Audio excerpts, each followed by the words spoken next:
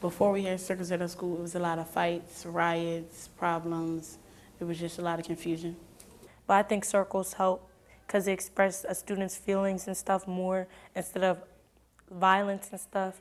Just talking in a circle could just, all but one talking in a circle can just avoid violence.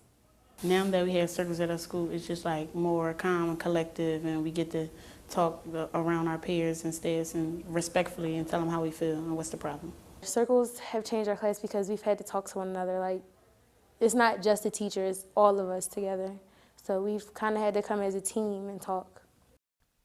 West Philadelphia High School was considered the worst in the city.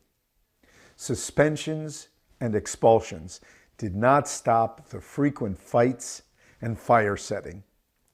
A TV reporter said he and a camera person used to wait near the school on slow news days because there was a good chance of a serious incident to report. The good news is that restorative practices came to West Philadelphia. In the summer of 2008, the International Institute for Restorative Practices taught the school staff to use circles and related strategies. Students began to have real conversations with staff and with each other. The conversations improved relationships and built a sense of community. In the first year of using restorative practices, violent acts and serious incidents were down 52%, and in the next year were down another 45%. For the first time in 8 years, West Philadelphia High School was no longer on the government's persistently dangerous schools list.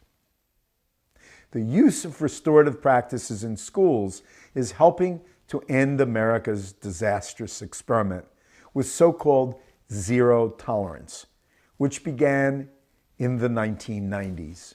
The theory of zero tolerance was that if schools responded to even the smallest wrongdoing with harsh punishment, such as suspensions and expulsions, the school atmosphere would improve.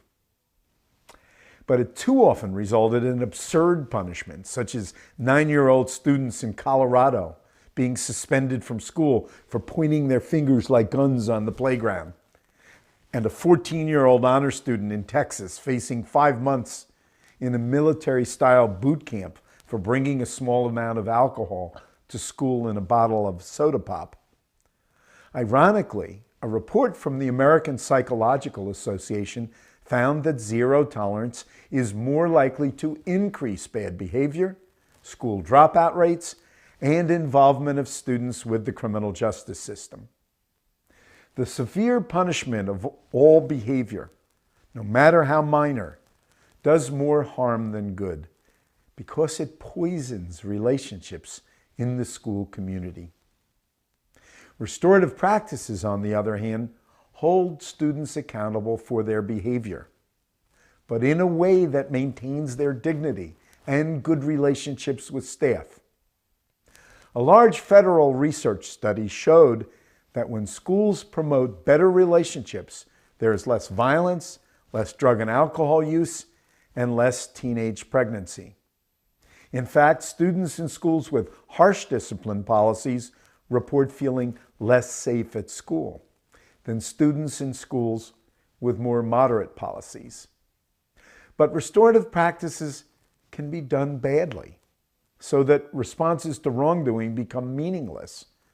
It's critical that our implementation of these strategies be done well and that we evaluate the results.